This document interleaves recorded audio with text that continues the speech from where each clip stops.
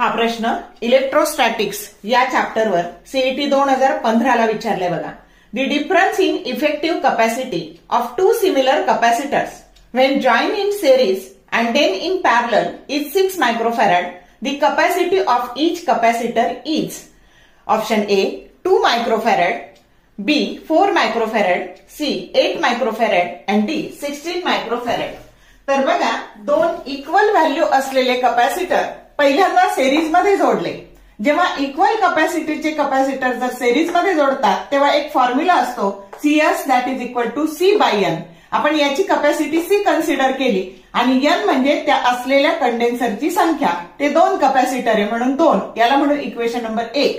आता हे C capacity असलेले दोन कॅपॅसिटर एकमेकाला पॅरलल जोडले तर CP बरोबर N इंटू C, म्हणजे इथं C ला N ने भागायचं असतं, इथं C ला N ने गुणायचं असतं पॅरलल असल्यावर.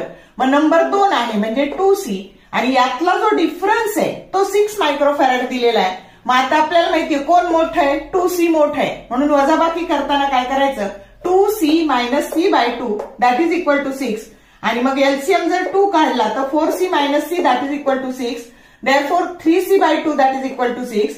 It becomes 12 by 3 and that is nothing but the 4 microfarad. म्हणजे प्रत्येक कॅपॅसिटरची किंमत ही 4 मायक्रोफॅरेड येणार आहे. जो करेक्ट ऑप्शन काय आहे बी आहे. असे तुम्हाला नंबर ऑफ 3 कॅपॅसिटर देऊ शकतात, 4 कॅपॅसिटर देऊ शकतात. तर सेम पद्धतीने ते सोडवायचं. फक्त लक्षात ठेवायचं की जेव्हा कॅपॅसिटर पॅरलल मध्ये असतात तेव्हा व्हॅल्यू जास्त असते, म्हणजे डिफरन्स दिला तर कधी CS मायनस CP करायचं नाही सेम व्हॅल्यू असताना, तर CP मायनस CS करायचं. एवढं लक्षात ठेवा.